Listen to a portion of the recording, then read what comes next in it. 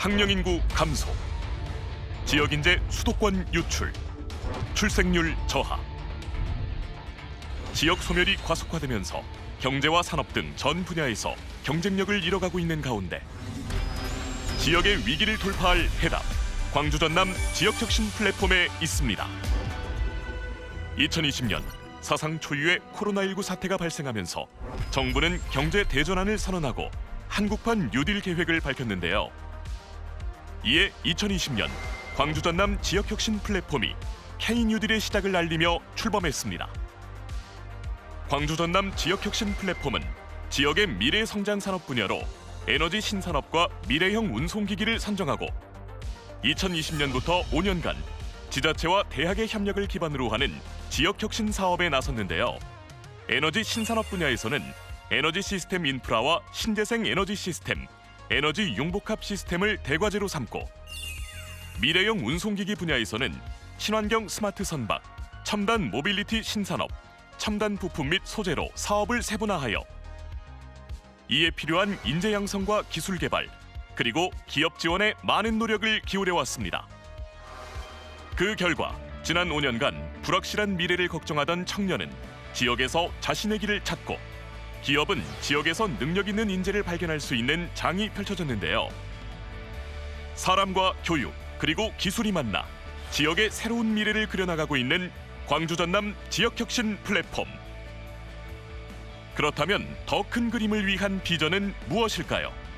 앞으로 지역이, 그리고 대한민국이 나아갈 길을 광주 전남 지역혁신 플랫폼 성과 공유회 및 지역발전 토론회에서 찾아봅니다.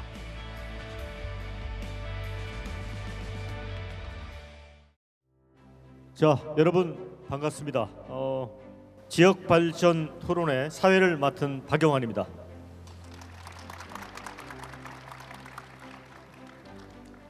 제가 사실은 지금은 이제 KBC 라디오 방송에서 매일 아침 박영환의 시사 1번지라는 정치 토크 프로그램을 진행을 하고 있습니다. 서울에서.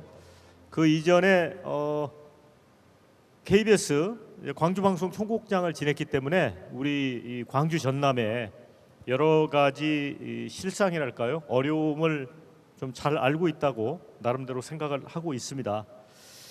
그래서 이제 오늘 토론에도 이제 주제가 보니까 결국은 이제 지역 소멸의 문제를 우리 지자체와 대학 그리고 우리 지역 기업이 어떻게 힘을 모아서 함께 극복을 해갈 수 있을까, 이거를 논의하는 자리 같습니다. 아시다시피 지금 대한민국은 수도권 일극 체제라고 부릅니다. 그렇죠? 이 돈과 인력, 이 모든 것들이 이제 수도권 중심으로 쏠려가고 있는데 이런 것 때문에 우리 지역들은 균형 발전이라는 면에서도 굉장히 소외를 받고 있지만 그 생태계 자체가 무너지고 있습니다. 아시다시피 지방대학의 위기는 단순히 대학만의 위기는 아니고요. 결국 그 이제 지역 경제가 위축되고 또 지역 관련돼 있는 또 산업이 이 큰 그 부정적 영향을 받는 그런 상황으로 번지고 있습니다. 그래서 오늘 전문가 5분과 함께 좀 깊이 있는 토론을 해보도록 하겠습니다. 먼저 오늘 이 참석을 해주신 분들 한 분씩 소개를 해 올립니다. 먼저 김기숙 광주광역시 교육청년국장이십니다. 박수 보내주세요. 보니까 이제 광산구 부청장도 부구청장도 지내셨고 청년 일자리 복지 이런 문제 되게 전문가신 것 같습니다. 그리고 광주광역시의회 교육문화위원회 위원이신 김나윤 의원이십니다. 자, 힘찬 박수 부탁드립니다. 그다음에 정재평 호남대학교 산학협력단장이십니다. 이 토목 환경공학과 교수신데 보니까 국제적 연구 성과로 대단하신 분이더라고요. 세계적 권위 3대 인명 사전에 등재되어 계신 분입니다. 다시 한번 박수 보내주세요. 네. 자, 그다음에 이수열 전남대 경영학부 교수십니다. 이 교수님도 보니까 이 ESG 아시죠? 이거 관련해서 굉장히 전문성이 있으셔서 또 이 이화의 한영 거기 연구 석좌 교수도 맡고 계시더라고요. 네, 그리고 이제 마지막으로 조성은 주식회사 무진기현 회장이십니다. 정말 대단하신 분입니다. 우리 이 조성은 회장님도 원자력 원천 기술 보유하셨고 은탑 산업은장 또 수상을 하신 경력이 있습니다. 그래서 더 뜻이 깊은 것 같은데 먼저 지역 위기 실상에 대해서 한번 토론을 해보도록 하겠습니다. 지금 정부에서 지역 소멸 대응 기금을 투입할 정도로 이제 지방 소멸이 굉장히 심각하잖아요. 국장님이 보시기에는 정말 이게 빨간불이 완전히 켜진 겁니까? 네, 아시다시피 우리나라는 아마 세계 최저 수준의 출산율을 보이고 있습니다. 자연 인구 감소도 굉장히 심각한 상황입니다. 거기에 더해서 우리나라의 이제 또 고질병 중에 하나라고 볼 수 있는데 수도권 집중화입니다. 모든 인적, 물적 자원이 수도권으로 집중이 되고 있습니다. 여기에 맞춰서 지방의 경우에는 그러니까 기존의 자연 인구 감소분 플러스 인위적으로 수도권으로 모든 인구가 유출이 되고 있습니다. 그래서 정말 심각한 상황이고 이제 구체적으로 광주시의 사례를 제가 잠깐만 말씀을 드리겠습니다. 광주시 같은 경우는 2014년도에 약 147만 6천여 명의 수준으로 해서 인구의 최정점을 찍었었습니다. 아쉽게도 그 이후부터 계속 지금 감소 추세에 있고 실제로 2024년도에 작년도 같은 경우는 인구가 140만 8천여 명 정도로 굉장히 올해는 이제 혹시 140만 명이 붕괴되지 않을까 하는 우려를 하고 있습니다. 무엇보다도 이제 광주시 순유출 인구 현황을 보면은 7,962명인데 안타깝게도 이 19세에서부터 39세 청년의 비중이 약 75%인 6,005명입니다. 얼마나 지금 심각한 인구 유출을 경험을 하고 있는지 수치가 극단적으로 보여주고 있는 것 같습니다. 이로 인해서 지역 경쟁력이 약화가 되고 이에 따라서 저희가 이거를 빨리 지금 해결을 해야 한다는 이 문제 의식과 여러 가지 그 서로 간의 그 문제에 따른 빨리빨리 이걸 해결해야 한다는 그 절박성 요것들은 아무래도 다 공감을 하고 있는 것 같습니다. 말씀 들어보니까 결국은 이제 19세에서 39세 청년층이 광주를 떠나고 있다. 이런 말씀을 해주셨어요. 이게 젊은 인구가 유지되고 좀 확장이 돼야 그게 훨씬 발전 가능성이 클 텐데 좀 안타까운 생각은 드는데 지금 이수열 교수님하고 이제 정재평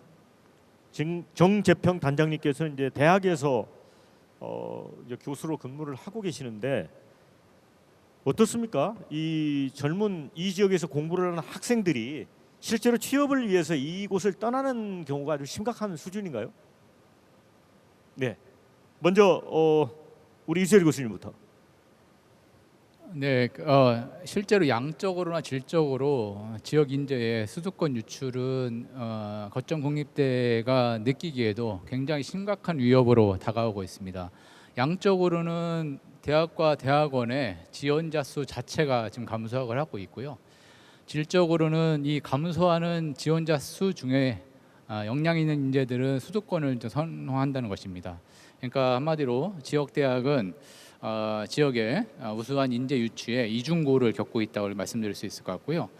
예를 들어서 저희 대학 같은 경우에도 신입생 충원율이 최근에 100%를 밑도는 그런 심각한 상황에 처해졌고 중도 탈락률이 5년간 무려 28%나 증가해서 매년 1,000명 이상의 학생이 학교를 이제 그만두고 뭐 다른 학교로 가거나 아니면 다른 어떤 진로를 고민하는 그런 상황이 이제 처해져 있다고 볼 수 있겠습니다. 그래서 저희 거점 국립대임에도 이 위기감을 넘어서 실제로 체감되는 고통이 피부로 상당히 와 있다 이렇게 말씀드릴 수 있을 것 같습니다. 말씀 듣고 보니까 뭐 이제 충원율이 100% 미만이라는 거는 이제 미달된다는 말씀인 것 같고 그 다음에 매년 1,000명 이상이 중도 이제 학교를 그만둔다는 얘기잖아요. 되게 심각합니다. 이 정재평 교수님 계시는 학교는 어때요? 먼저 그 대학 관점에서 설명을 드려야 되기 때문에 결국은 위기감이라는 표현은 재정적인 용어이지 않습니까? 그러면 수입과 지출 관점에서 저희가 대화를 좀 해보면 대학은 등록금을 유발하는 수입이 학생들로부터 들어오는 부분이 대부분이기 때문에 신입생을 충원한다거나 재학생을 충원한다거나 이게 가장 큰 척도로서 표현을 하거든요. 그런데 신입생 충원율 같은 경우 위기를 표현할 수 있는 지표는 95%를 기준으로 해서 그 밑으로 내려가면 위기를 표현할 수도 있고 대학 기관 평가 인증이나 사학진흥재단에서 재정 건전성 대학을 평가할 때 중요한 지표로서 쓰입니다. 또 재학생 충원율 같은 경우도 저희가 80%를 정원 내 기준으로 보고 있는데 정원 내 80% 밑으로 내려가는 대학들은 위험하다 이렇게 판단을 할 수가 있어요. 이게 이제 수익 관점에서 보는 대학 견해에서 이런 생각을 할 수가 있는데 이제 쉽게 더 간단하게 표현하면 정원 내만 있는 게 아니라 정원 외도 있거든요. 정원 외 포함해서 재학생 충원율을 85%를 채우면 위험하지 않다는 경계선으로 쓰고 있습니다. 그래서 대학 기관으로서의 인증을 받을 때도 이 85%를 채우느냐 못 채우느냐를 가지고 대학의 위기를 측정하는데 이 선을 못 채우는 대학들이 계속 지속적으로 발생하고 있고 늘어나고 있는 그런 부분입니다. 우리 지역에서도 특히 어느 단과대학에서 이런 현상이 일어나냐면 제조업 중심의 공과 계열에서 그러니까 공대라고 하는 부분에서 미달의 거의 절반을 차지하는 정도의 수준이 발견되고 있습니다. 즉 앞으로의 논의가 수요와 공급이라고 하는 관점에서 대화를 해본다면 결국은 대학들이 지역의 수요에 있는 채용과 공급자의 역할에서의 부분에서 미스매치에 대한 부분이 계속 중요해진 상황으로 갈 수 있다. 그걸 해결하지 못하면 위기감은 해결할 수 없는 이런 대화로 이어질 수 있겠다 생각합니다. 저 이제 말씀 듣고 보니까 이제 특히 이 공과대학 이런 데서 좀 미달이라든가 이런 그런 걸 언급을 해 주셨어요. 그런데 이제 무진기업은 완전 필수 설비 이제 국산화 개발을 하고 있고 나름대로 큰 성과를 거둔 기업입니다. 회장님 입장에서는 가능하면 그래도 지역 인재를 쓰고 싶으시잖아요. 근데 아쉬움은 없습니까? 두 교수님 얘기를 듣고요. 저도 이 자리에서 좀 그렇게 가는 줄은 알았지만 참 놀라울 정도의 지표를 말씀하시니까 앞으로 기업에서 더욱 이런 준비를 잘해야 되겠다 이런 생각을 지금 하고 있습니다. 지금 현재의 기업에서 그 인재를 보자면은 지금까지는 그렇게 막다른 골목까지는 아닌 것 같아요. 제가 볼 때 우리가 과거에 우리 지역에서 유능한 사람들을 많이 배출을 했습니다. 유능한 사람들이 많이 배출했고 그 모든 유능한 분들이 우리 수도권이나 부울경에 와서 많은 활약을 하고 있고요. 또 그런 분들이 지역에 또 많은 도움도 주고 있습니다. 근데 과거에 봐서는 우리 지역에서 수도권이나 부울경에 간 분들이 지역사회를 위해서 이렇게 공헌한 바도 커요. 그래서 그분들의 역할이 컸는데 지금 현재는 이제 그러한 것보다도 모든 학생들이 지역을 떠난다는 데에 대해서 좀 위기감을 느끼고 있습니다.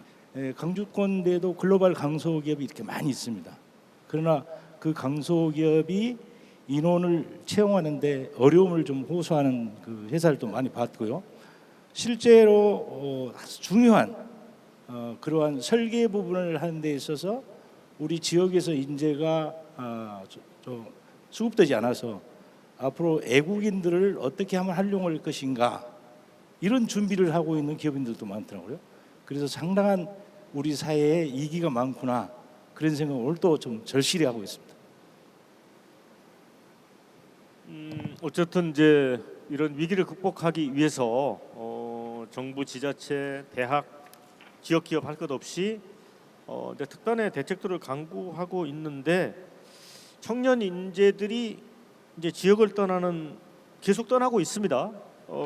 아무래도 이제 김나윤 의원님은 재선의 광주 광역시 의원이시니까 또 변호사시고 좀 깊이 있게 좀 들여다 보실 것 같은데 본질적인 게 뭐라고 생각을 하세요? 왜 청년들은 떠날까요? 서울로. 제가 요즘 청년들을 만나면은 광주의 살기가 어떠냐고 첫 번째 묻는 질문이 그건데요. 그 최근에 저한테 조선대 학생이 메일을 하나 보냈습니다. 그 학교 게시판에서 자기들끼리 이슈가 된 내용인데 그 노잼 도시 광주라고 하죠. 그리고 더불어 지역 발전과 관련된 그 청년들의 고민이 녹아나 있었는데 자기들은 광주에서 낳고 그다음에 성장을 했고 광주에서 살고 싶답니다. 그러나 광주에서 자기들이 청년기를 보내고 그다음에 중년기를 보낼 때까지 광주시에서 살 만큼의 어떤 광주시가 주는 매력이 없다. 그러니까 청년기와 중년기에 대한 자신들의 비전을 제시해주지 못한다라는 게 이 메일의 주된 내용이었습니다.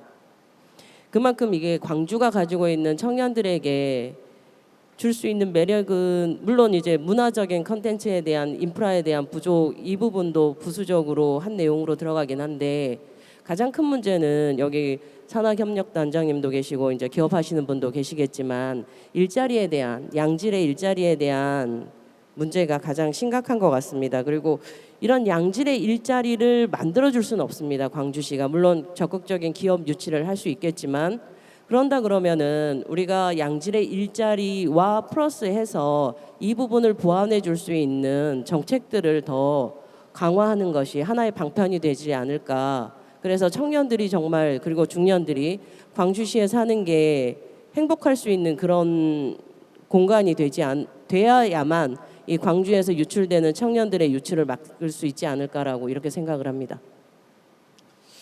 청년들이 이 광주의 매력을 느끼지 못하고 있다 이런 말씀도 해주셨는데 어떻습니까? 이수열 교수님께서는 어떻게 보세요? 왜 젊은 청년들이 중간에 이제 대학도 그만두기도 하고 왜 떠난다고 보세요? 예, 뭐 어떻게 보면 좀 어려운 질문이고 어떻게 보면 참 쉬운 질문이기도 한데요.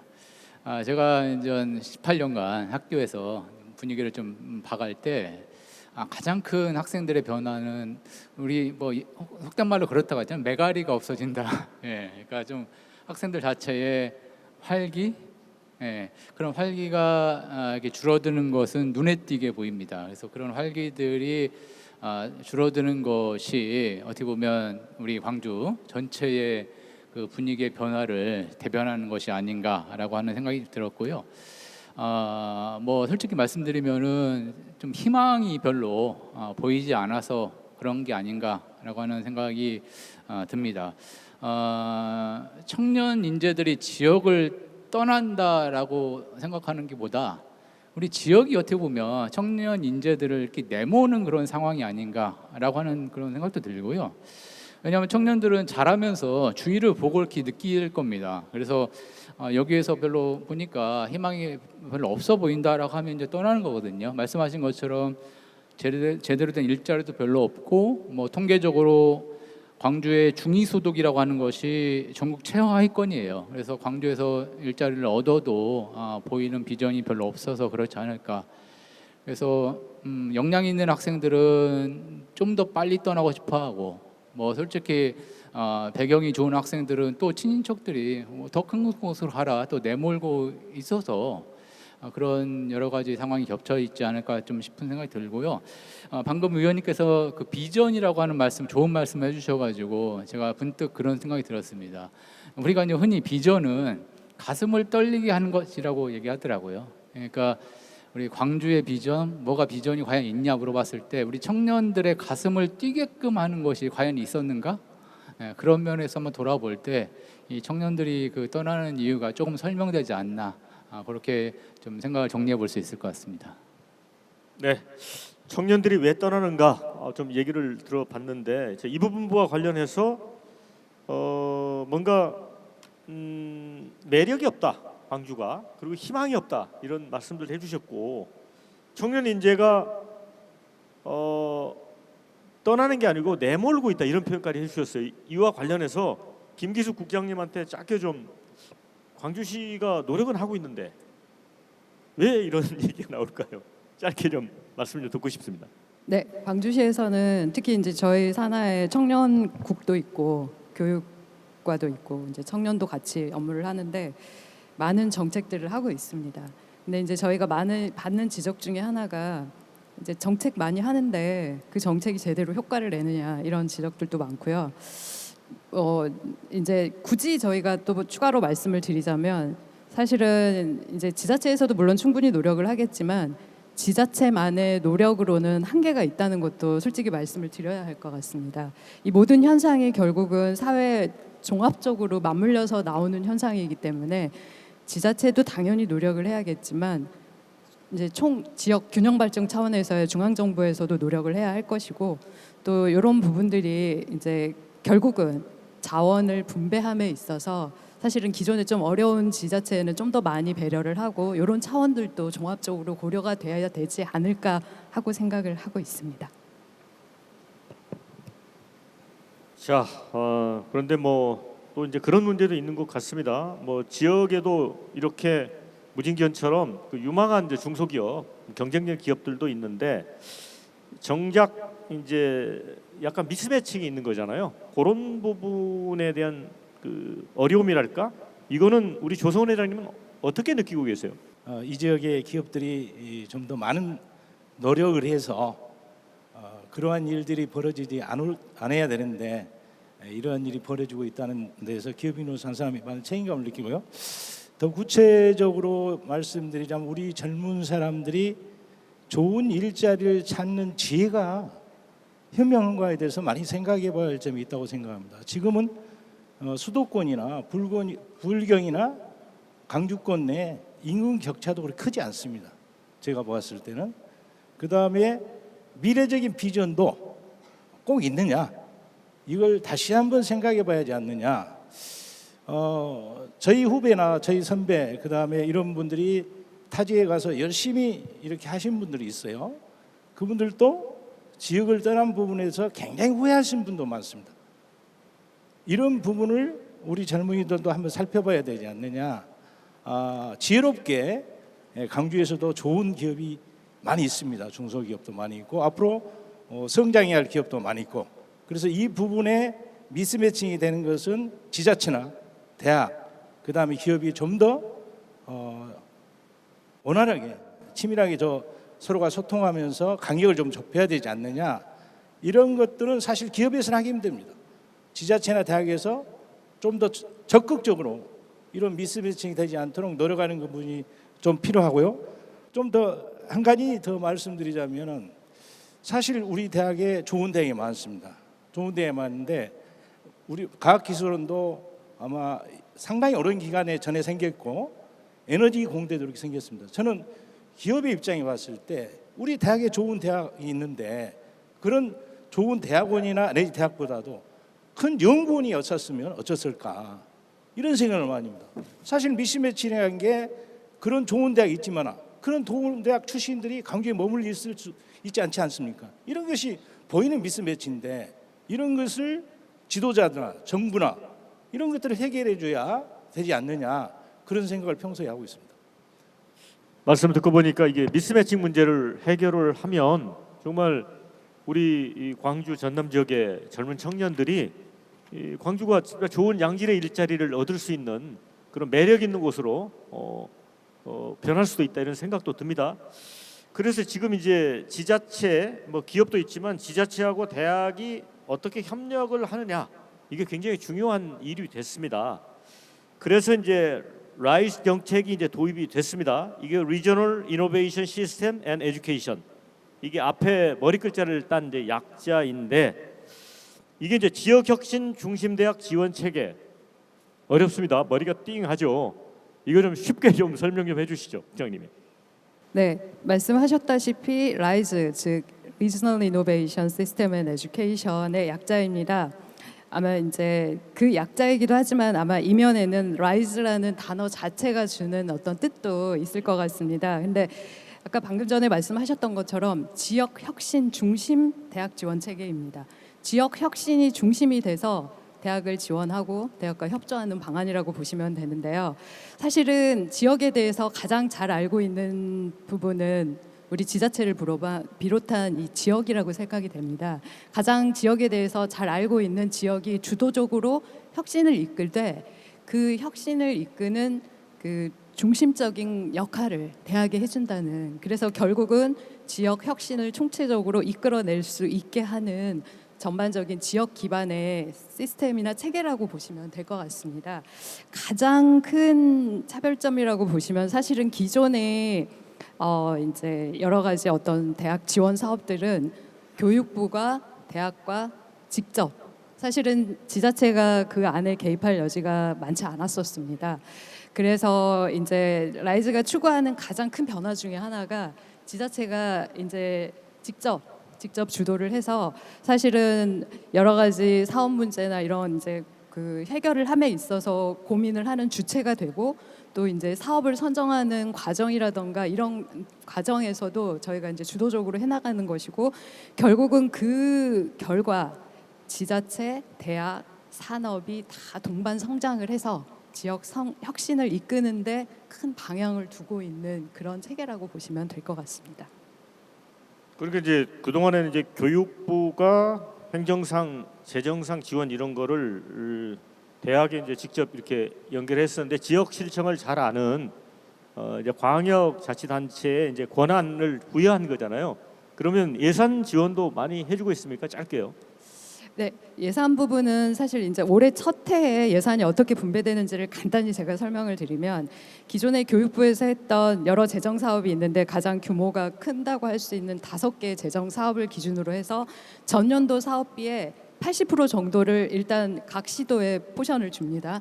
거기에 플러스 이제 올해 저희가 제출했던 그 라이즈 기본 계획과 체계 구축 운영 관련해서 전반적으로 큰 평가를 해서 인센티브를 각 시도에 배분을 했었습니다. 그래 다행스럽게 이제 우리 시도 같은 경우는 또 좋은 결과를 받았는데, 그런 식으로 해서 예산을 받기 때문에 사실 기존에 비해서 대학이 느끼기에는 예산액이 크게 증가했다고 보이지는 않을 것입니다. 다만 시도도 여기에 있어서 그냥 단순히 들어가는 건 아니고 전체 사업비 국비의 20% 정도를 추가로 매칭을 해야 됩니다. 그래서 그런 부분들에 있어서 뭐 예산이 일부 조금 늘어났다고는 볼 수 있는데, 사실은 점진적인 과정에 있다고 말씀을 드리면 될 것 같습니다. 근데 이 이제 라이즈 사업 전에 리스라는 게 있었잖아요. 지자체와 대학 협력 기반 지역 혁신 사업이라고 볼 수 있는데, 리저널 이노베이션 시스템 RIS. 여기에 이제 에듀케이션이 이제 빠져 있는 건데, 이 정재편 단장님, 이것과는 근본적으로 어떤 차이가 있습니까? 리즈와 라이즈의 차이요? 네, RIS와 RISE 이 두 개를 이해하시려면 그 3세대 대학 지원 체제 자체를 좀 아셔야 됩니다. 1세대 같은 경우는 중앙 정부에서 대학에게 직접 수직으로 탑다운 방식으로 해서 두 주체만 있는 게 1세대 모형이에요. 이제 2세대 모형은 지자체가 들어오는 건데, 2세대에서는 지자체가 단순한 역할만 해요. 사업 발주할 때 사업 부위라든가 또 보조금 형태에 참여하는 비율이 낮게 책정되고, 과제의 직접적인 생성이라든가 성과 관리에 참여를 못하는 보조적인 사업자를 그 역할을 하는 지자체 지원 체계가 2세대 모형입니다. 지금 우리가 논의하고 있는 RIS나 RISE 같은 경우는 지자체가 보다 더 적극적으로 개입하고 예산도 크게 들어오고 지역사회 문제를 위해서 대학과 지자체가 협력하는 관계의 모형이 3세대 모형이에요. 근데 이 3세대 모형에서 RIS를 물어보셨는데, RIS는 중간 단계인 2.5세대 같은 모형입니다. 왜냐하면 RIS 사업은 설계를 대학에서 했어요. 회계를 중심으로 하는 부분이 대학에게 있었거든요.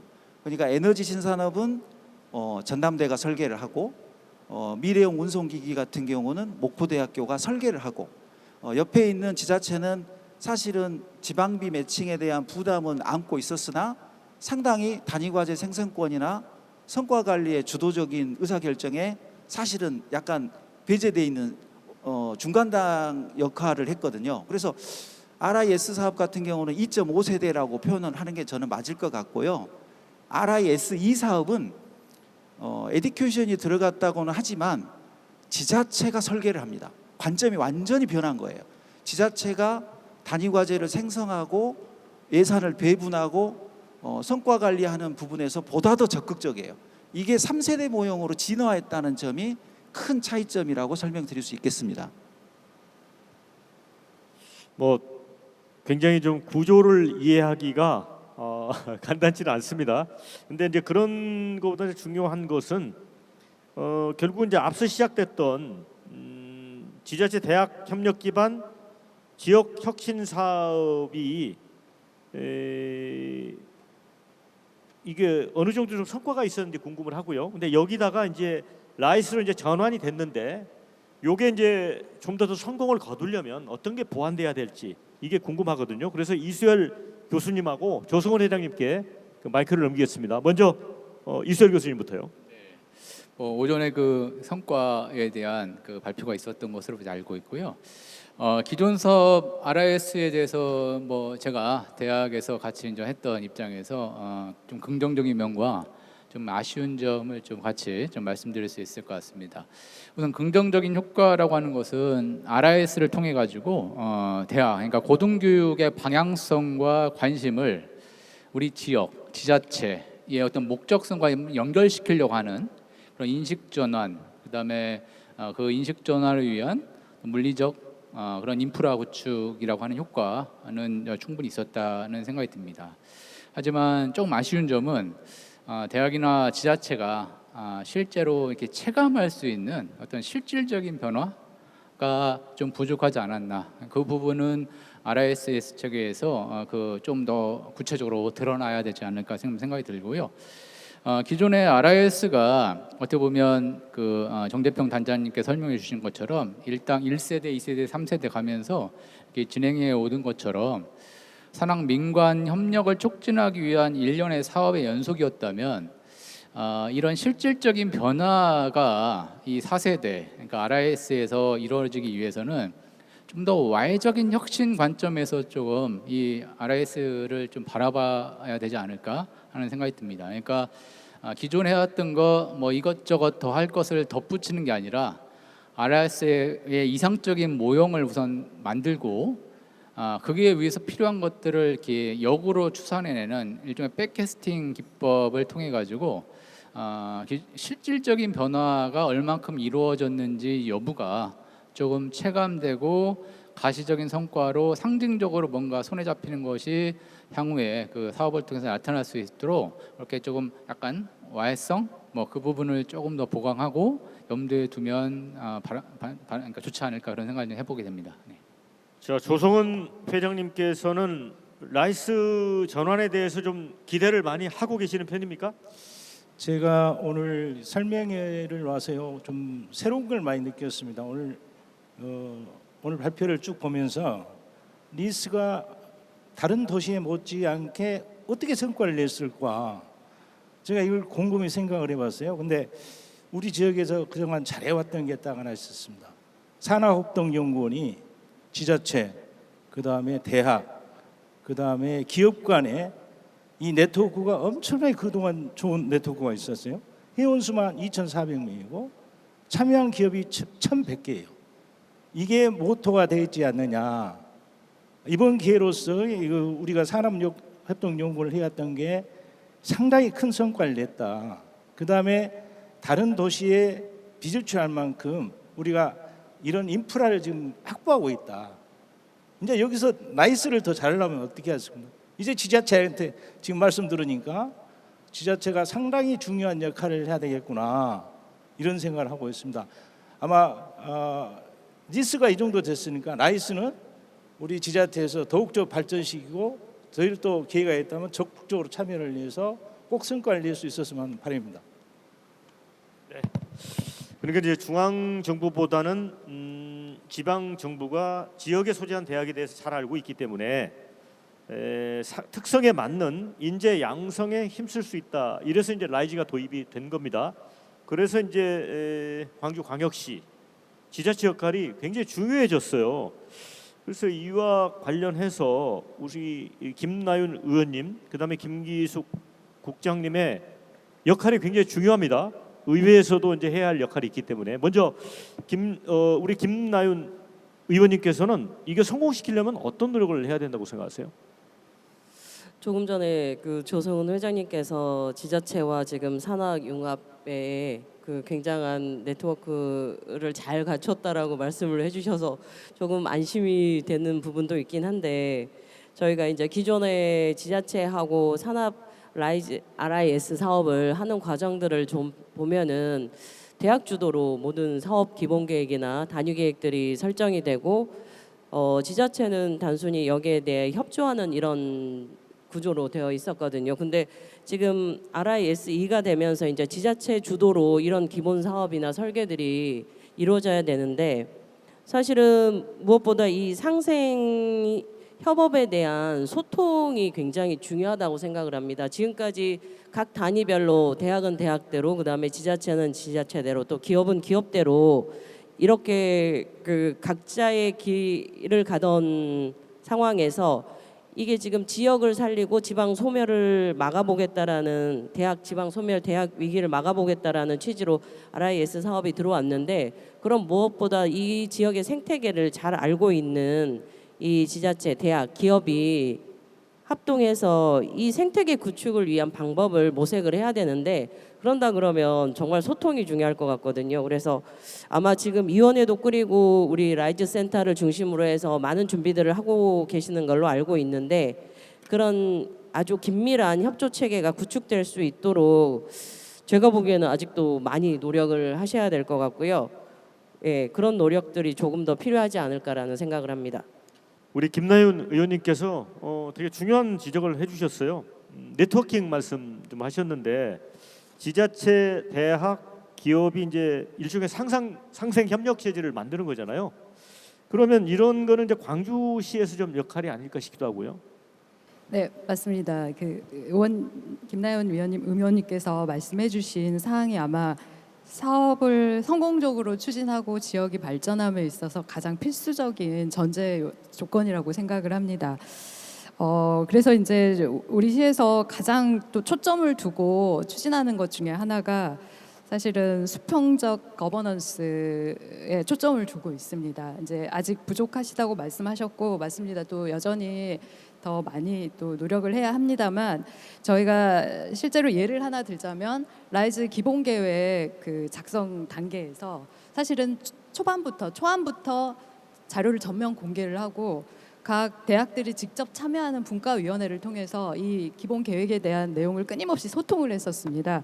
사실은 이런 것들이 굉장히 또 우수하다고 평가를 받아서 뭐 이제 작년에 뭐 한국대학교육협의회에서 우수 모델로 발표를 하기도 했고, 이런 노력들을 기반으로 해서 저희가 사실은 인센티브에서 우수한 평가를 받은 또 그 어떤 저희의 노력점을 인정을 해주셨던 결과도 됩니다. 그래서 여전히 부족합니다만, 사실은 뭐 이제 기존에 사실 있었던 뭐 광주 TP 지산화 겸 거버넌스라든지 이런 것들 통해서 저희가 계속적으로 의견을 수렴을 할 거고, 물론 라이즈 위원회를 통해서도 할 거고요. 추후에 사업 추진에 있어서도 사실은 대학에서 하는 그 단위 과제별로, 여기서는 이제 라이즈의 그 공모 과제를 말씀을 드리는데, 거기에 있어서도 각각의 협의체를 구성해서 계속 소통을 할 계획입니다. 아무쪼록 지역과 대학이 동반자적인 관계로, 그래서 꾸준히 그 소통을 하는 거, 거버넌스를 갖추는 거, 이거를 저희가 가장 중점적으로 하고 거기에 평가도 받았고, 앞으로도 또 부족하지만 열심히 노력하겠다는 말씀 드리겠습니다. 근데 어쨌든 이 라이스 도입이 이 대학 교육 혁신 또 인재 양성에 뭐 긍정적 영향을 줄 것 같습니다.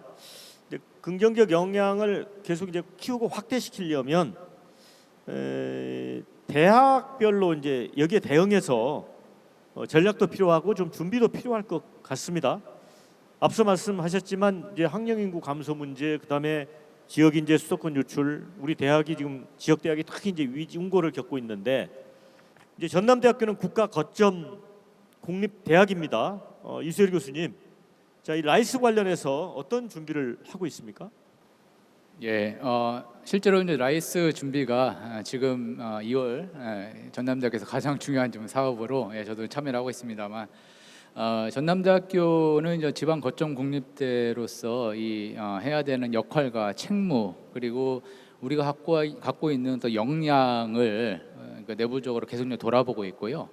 그래서 이 복합적인 대응 전략을 대학교 전체 차원에서 좀 수립을 하고 있습니다. 그래서 대응의 특징을 제가 좀 표현해 보자면, 따로 또 같이 또 역량 기반의 플래그십 대학과 보편적 교육의 균형이라고 하는 그런 그 표제어로 말씀드릴 수 있을 것 같습니다. 우선 전남대학교는 대학교 전체 구조와 교육 지향성을 이 라이즈 체제에 맞춰 가지고 제도적인 변화를 지금 준비를 하고 있는데요. 전체적으로 이제 교육과 연구를 기업가 정신과 창업, 그다음에 지역사회 문제 해결, 지자체 네트워크와 공조라고 하는 그런 방향성으로 대학 전체의 모습을 좀 전환하려고 하는 그런 준비를 하고 있고, 전략 면에서는 전 지역의 핵심 전략 산업의 강점을 갖고 있는 우리 대학의 플래그십 대학을 중심으로 독자적으로 또는 다른 대학과 협력 네트워크에 참여함으로써 교육과 연구를 좀 재편성하려고 하는 그런 그 계획을 갖고 있습니다. 동시에 이제 거점 국립대학으로서 지역에 있어서의 보편적 교육도 우리가 무시할 수 없기 때문에 기존의 인문사회 예술 분야 교육도 이 라이자의 인하론으로 연계해가지고 어떤 국립대로서의 책무에 균형을 맞추고자 하는 그런 좀 모습을 준비하고 있습니다. 이제 대표적인 우리 지역 사립대학인 호남대학교도 어떤 전략과 준비를 하고 있는지 궁금합니다. 우리 정재평 교수님. 네. 네, 저희 호남대학교에서도 지금 라이즈 지금 계획 보고서를 위해서 집필위원을 16명 구성해서 현재 집필을 하고 있고요. 최근 3년 동안의 실적을 바탕으로 해서 광주의 9대 전략산업과 연계할 수 있는 사업 계획을 수립 중에 있습니다. 특히 지역사회 부분에서 리빙랩이라든가 통합돌봄, 늘봄 이런 부분에서 우리 문화, 관광, 예술 쪽 파트까지 지역사회에 영향을 줄 수 있는 단위 과제들은 콘소시엄 형태로 다른 우리 관내에 있는 대학들과 협의와 콘소 참여 구성을 논의 중에 있고요. 우리 대학의 설립 이념이 실사구시형 인재입니다. 따라서 호남대학교 같은 경우는 이론보다는 현장 경험, 또 실습에 기반한 문제풀이를 바로 할 수 있는 전공 문제 해결 능력을 갖고 있는 인재 양성들을 우리 지역사회 산업체에 제공하는 이런 부분을 계획하고 있습니다. 그래서 현장 실습이라든가 캡스톤 디자인, 주문식 교육과정이라고 하는 기업에서 가장 인재들의 요구사항이 높은 교육과정과 비교과 프로그램들을 지금 설계하고 있다, 이렇게 말씀드리겠습니다. 이제 라이즈가 도입이 되면서 지자체와 대학 간의 이제 협력 체제 더욱 중요해졌는데, 지자체는 이제 지원을 하는 곳이고 대학은 어찌 보면 변화를 이제 성공적으로 이끌어야 되는 그 역할을 서로 나누고 있습니다. 자, 이제 두 기관의 그 협력이 잘 굴러가도록 하기 위해서는 아무래도 지원하는 쪽인 이 광주시 역할이 중요할 것 같거든요. 그래서 이 부분과 관련해서는 먼저 김나윤 시의원님이 어떻게 했으면 좋겠는지 의견을 좀 말씀을 해주십시오. 네, 그 조금 전에 이수열 교수님하고 정재평 단장님께서 그 각 대학에서 준비하고 있는 어떤 라이즈 산업에 대한 전략에 대해서 말씀을 해주셨는데, 이 호남대나 전대 빼고도 이제 이 라이즈 산업에 참여하는 광주시의 관내에 있는 대학들이 많을 거 아닙니까? 그러면은 모든 학교들이 이 라이즈 산업을 하기 위해서 전략들을 세우고 추구하는 바가 있을 거고, 그리고 그 색깔들이 각 그 대학마다 다를 건데, 이 지자체가 이 라이즈 산업에서 역할을 할 수 있는 부분은 이 각 대학들이 가지고 있는 이 전략들을 어떻게 산업에 배치를 시키고 학교에 어떻게 분배해서 어떠한 인재를 양성할 건가에 대한 거에 답이 있을 거라고 생각을 합니다. 그래서 이 양성된 인재들을 적재적소에 그리고 필요한 시기에 기업들에게 또 제공해 줄 수 있는 이런 연결 카테고리를 만들기 위해서 이 라이즈 산업이 역할이 있을 것 같은데요. 광주시는 그렇다 그러면은 그 가장 산업의 생태계에 대한 부분을 책임을 져야 되지 않을까 생각을 합니다. 인재가 양성되고 그 인재가 활용될 수 있는 산업의 생태계가 마련되지 않는다 그러면 이 라이즈 산업이 추구하는 궁극적인 목적은 달성이 어렵다고 생각을 하고요. 그런 부분을 위해서 아마 광주시에서 산업 생태계 기반 구축, 그러니까 저희 같으면 지금 AI의 4차 산업의 중심에 산업 구조에 대한 부분을 굉장히 시가 주력을 하고 있는 이런 부분도 있고, 그러니까 여기에 맞는 산업 생태계와 학교의 현장에 맞는 그런 인재를 매칭할 수 있는 이런 역할들을 조절할 수 있는 역할을 시에서 해야 되지 않을까라고 생각을 합니다. 자, 우리 김기숙 국장님께서는 광주시에서 지금 준비를 많이 했겠죠, 이미. 어느 부분에 좀 초점을 두고 있습니까? 이제 라이즈를 이제 예시를 들어서 말씀을 드리겠습니다. 아마 의원님께서 말씀하신 그 부분들이 사실은 저희가 세운 라이즈 기본 계획 안에 다 포괄되어 있는 내용이라고 생각이 됩니다. 완벽하지는 않겠지만 저희가 이제 세워놓은 비전과 거기에 따른 이제 목표들이 있는데 그 말씀하시는 하나하나의 항목이 다 저희의 목표 안에 들어가 있습니다. 그래서 그 목표를 그 이제 실현하기 위해서 저희가 크게 5개 파트의 프로젝트를 만들었고 그 프로젝트별로 뭐 4개 내지는 3개 각각의 과제를 해서 총 16개의 과제를 도출을 했습니다. 이 인재, 기업, 지역사회, 대학 그리고 이제 범부처 이렇게 5개 분야별로 했는데 그 산업 뭐 말씀하시는 이제 그 여러 가지 지역 산업 학연의 어떤 협력 생태계 구축이라든지 이런 것들은 이 과제들을 실현하면은 자연적으로 이렇게 실현될 수 있도록 저희가 최대한 이제 그 꼼꼼하게 계획을 세웠고 뭐 이 과제들을 추진하는 과정 그리고 그것이 지향하는 성과들이 결국은 말씀하시는 여러 그 이제 저희 목표치들도 거기에 부합이 돼 있는데 그 실현하는 이제 내용 안에 구축이 됨으로 인해서 결국은 라이즈 사업을 이제 특히나 올해는 저희가 시행 1년 차인데 그 원년 차에 이제 어느 정도 성공적으로 이렇게 첫 발을 떼느냐. 요것이 아마도 차후에 그 여러 문제점으로 지적할 수 있는 그 해결책의 첫 번째 발판이 되지 않을까 이렇게 생각을 하고 있습니다. 이제 모처럼 이제 토론 자리에 우리 김기숙 장 나오셨으니까 우리 이 정재평, 이수열 두 교수님께는 이 라이즈 사업 관련해서 지자체에서 이런 거를 좀 신경 써줬으면 좋겠다. 이런 부분은 확실하게만 밀어줬으면 좋겠다. 이런 게 있습니까? 먼저 우리 정재평 교수님부터.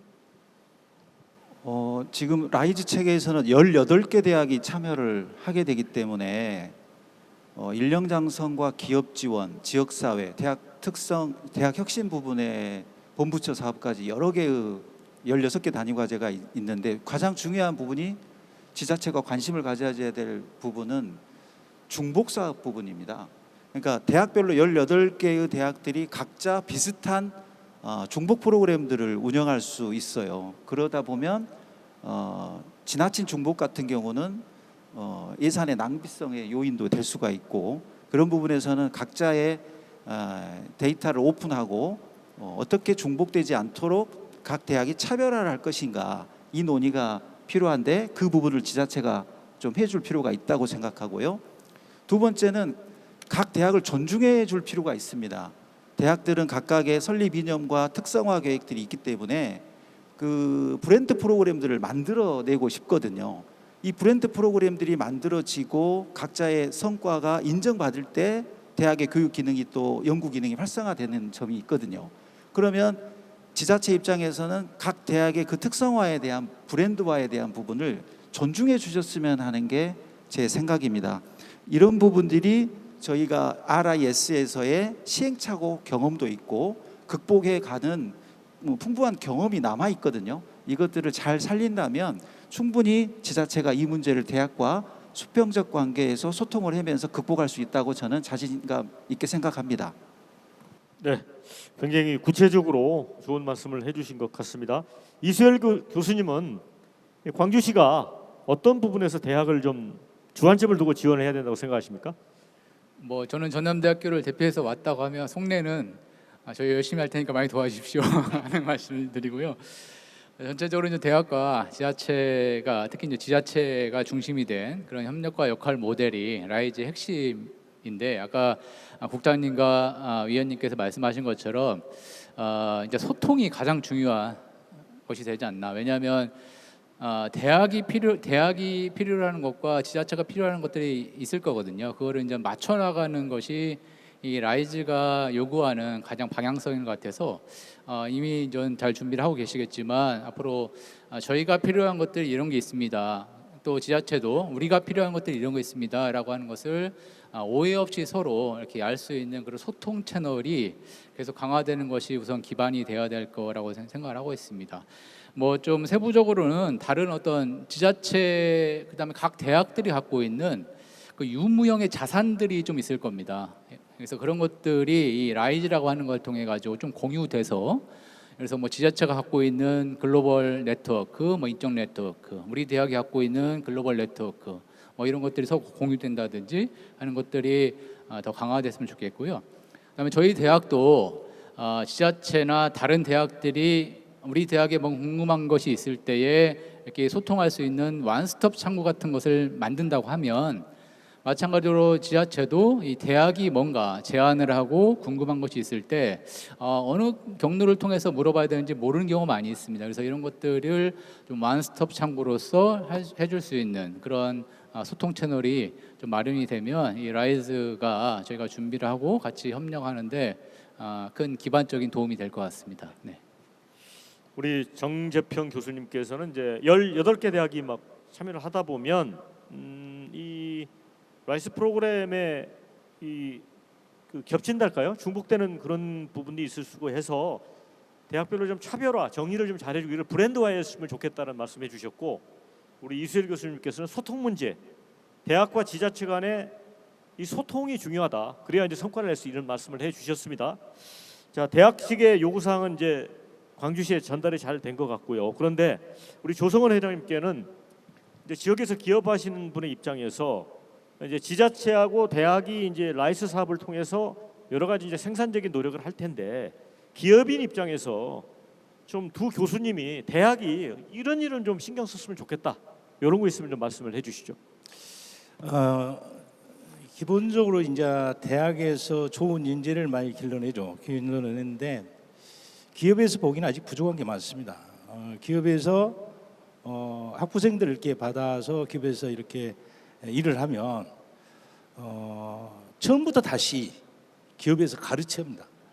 그래서 제가 생각할 때는 3학년까지는 전공 과목에 대한 충실하게 하고 4학년부터는 기업에 대해서 좀 분석을 하고 기업이 이 사람들을 무슨 일을 시키며 어떻게 일을 시키며 어떻게 하면 이 사람들이 기업에 와서 빨리 적응할 수 있겠다. 이런 구체적인 보관을 대학 4학년 때는 좀 가져야 되지 않나 이런 생각을 합니다. 물론 저희들 그렇게 요구를 하지만 그렇게 큰 기대를 갖지 않고 저희들은 처음부터 착실하게 미래적인 인재를 이렇게 길러나갈 생각입니다. 제가 하나 덧붙이고 싶은 게 있습니다. 저희가 하는 회사는 우리 지역에서 하는 회사가 아니고 전국에 이렇게 많은 지자체하고 이렇게 일을 하고 있습니다. 지자체한테 일을 한다는 게 아니라 많은 타도시하고 이렇게 말을 하고 있는데 타도시 가면 부러운 게 굉장히 많아요. 엄청나게 부럽습니다. 광주에서는 볼 수 못하는 그런 것들이 많습니다. 첫째는 투자 유치에 대한 지자체 적극성.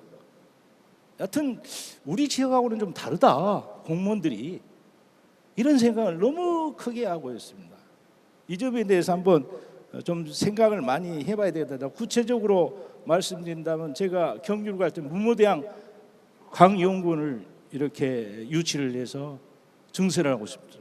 60만 평에 박사급 500명, 그 다음에 일반 직원 500명에 1000명의 그런 문무대학 강연구소를 유치해서 하는데 보고 깜짝 놀랐습니다.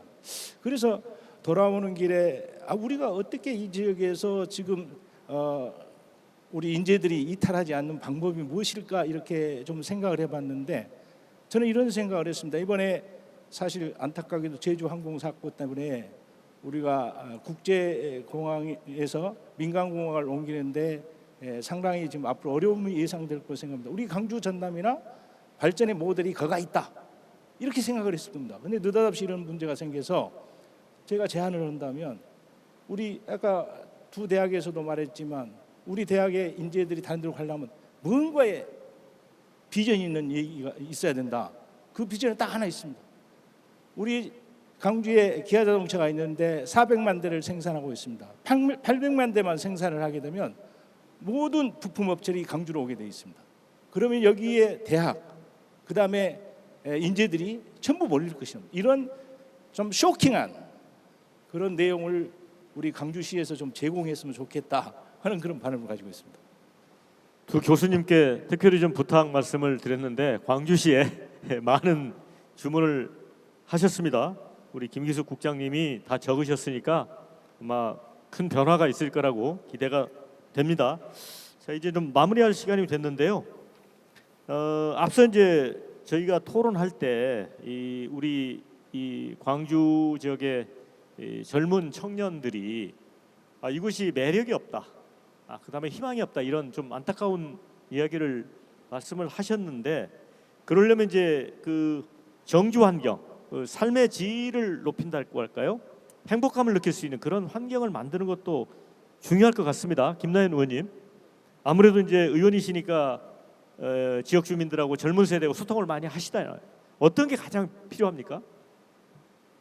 매력적인 광주, 희망에 차는 광주를 만들려면 노잼 도시라고 그렇게 말씀을 드렸는데 뭐 사람들의 니즈는 굉장히 다양하지 않습니까? 근데 이게 젊은 친구들은 일단 재미가 없다 이 말을 많이 합니다. 그러니까 이제 저희가 광주시에서 복합 쇼핑몰을 지금 준비 중에 있습니다만은 그것도 한 포인트가 될 것 같긴 합니다. 근데 살고 싶은 광주가 되기 위해서는 굉장히 다양한 분야에서 매력을 발산할 수 있는 그런 공간이 형성이 돼야 된다라고 생각을 하는데, 단순히 뭐 기업이 있다고 해서 살기 좋은 것도 아니고 집값이 싸다고 해서 살기 좋은 건 아닌 것 같습니다.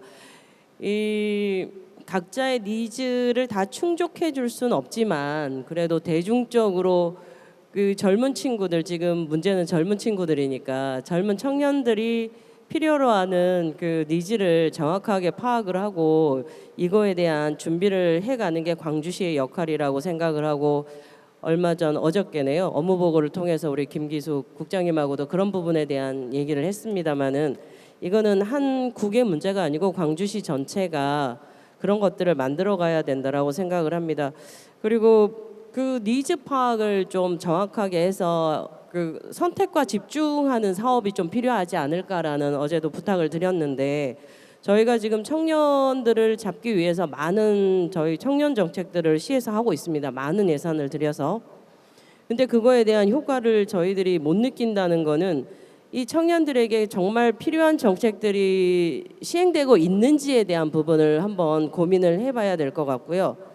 정말 광주시만에 특화된 그런 청년 정책을 하나쯤은 만들어야 되지 않을까, 그 주문을 지금 계속하고 있는데 참 어려운 문제이긴 합니다마는 그런 정책을 정말 이제는 준비해야 되지 않을까, 목숨을 걸고 그런 생각을 합니다. 그러니까 기업의 생태계는 어차피 그 시 혼자서 할 수 있는 부분도 아니고, 그렇다고 해서 뭐 기업을 무조건 오라고 할 수 있는 상황은 아니거든요.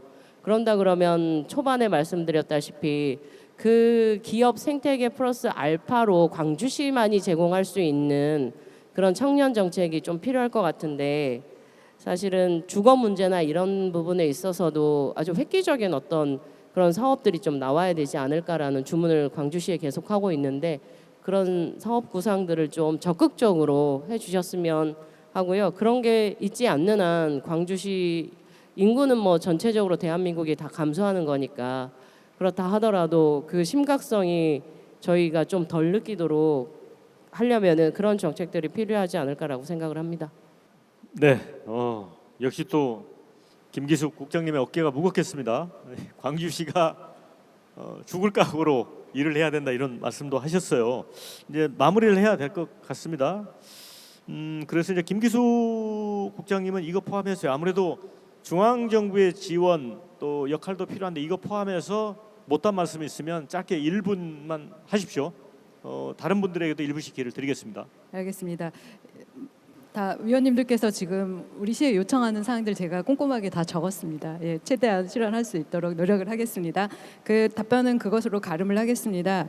뭐 사실은 지금 종합적으로 문제 위기에 봉착해 있는데 아까도 제가 서두에 말씀을 드렸지만 어떤 한정된 권한과 재정 여건의 지자체의 노력만으로는 한계가 있습니다.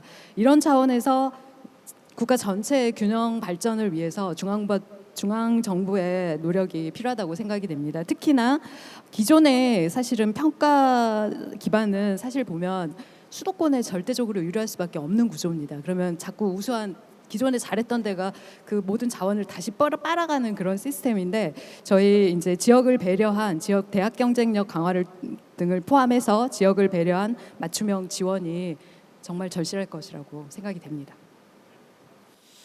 그러면 이제 정재평 호남대학교 산업협력단장님 마무리 말씀 부탁드립니다. 예, 저는 두 가지만 좀 부탁드리겠습니다. 첫 번째는 어떤 사업을 하든 사업은 전담 인력들이 인건비를 기준으로 움직이게 되는데요. 고정 형태의 인건비 방식에서 변동 방식의 인건비 구조로 검토를 해주시면 고맙겠습니다.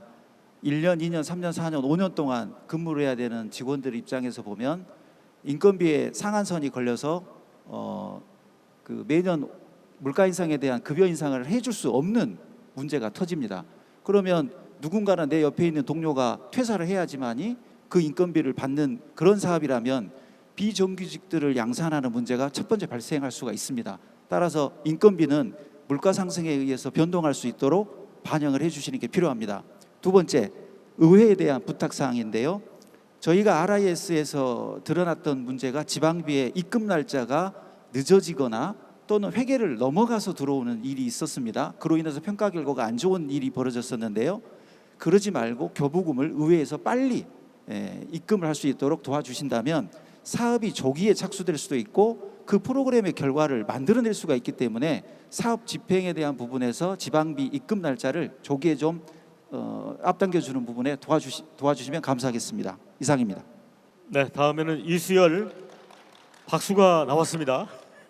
이수열 전남대 경영학부 교수님의 마무리 말씀입니다. 네, 오늘 뭐 토론이 과정을 통해서 저희 대학이 어떤 식으로 준비를 해야 되는지 또 많은 아이디어를 얻어갈 수 있었습니다. 여러 토론자분들께 다 감사드리고 특히 이제 기업 적용 인재, 그다음에 좋은 일자리를 찾을 수 있는 지혜 같은 말씀 주신 거 저희가 꼭 새겨 듣고 라이스 준비를 좀 하겠습니다.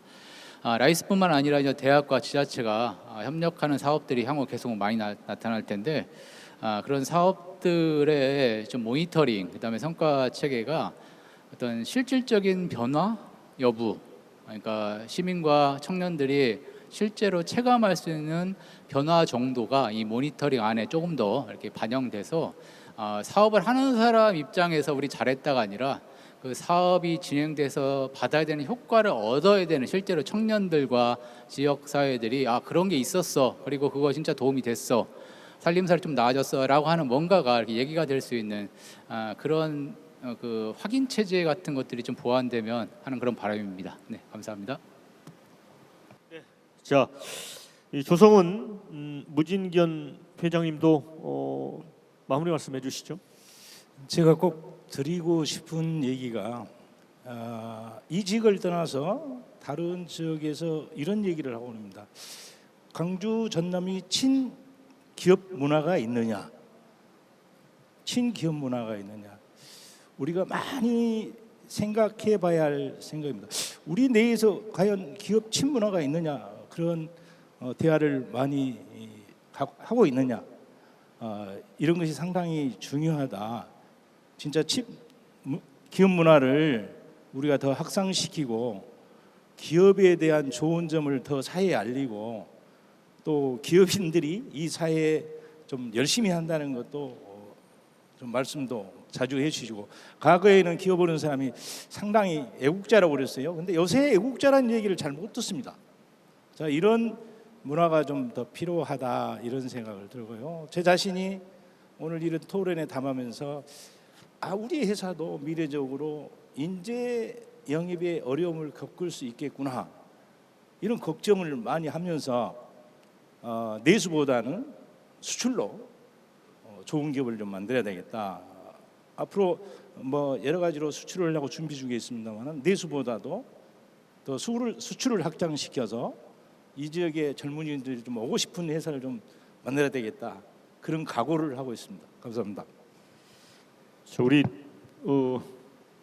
조성훈 회장님께서는 이 광주 전남에 친기업 문화가 있긴 하냐 이런 좀 말씀도 하셨습니다. 근데 이걸 포함해서 김나연 의원님께서 마무리 말씀하시죠.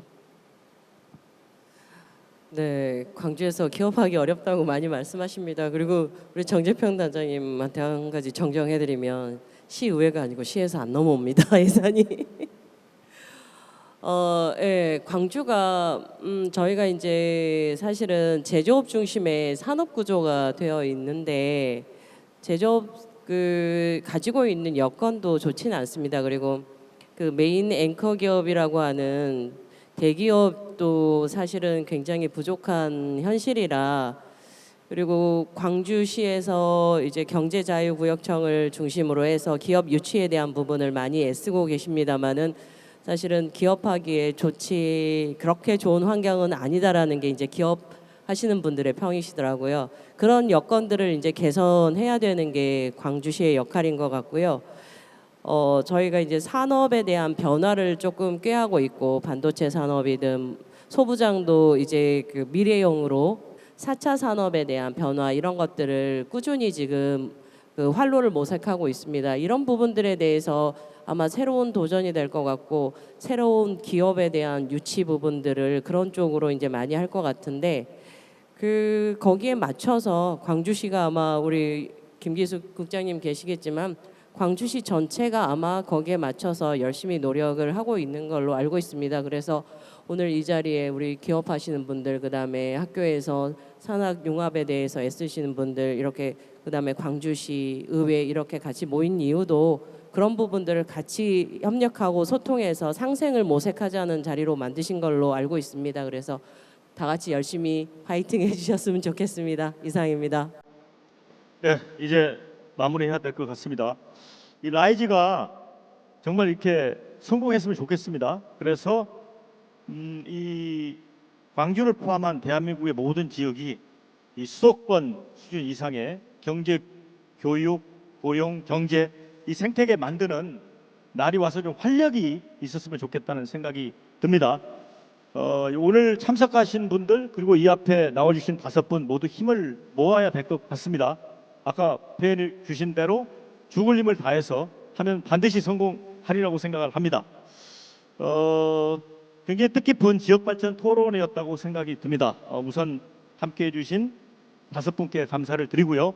그리고 이 방청석에서 상당히 좀 따분한 토론회였는데 경청해 주신 여러분께도 감사의 말씀을 드립니다.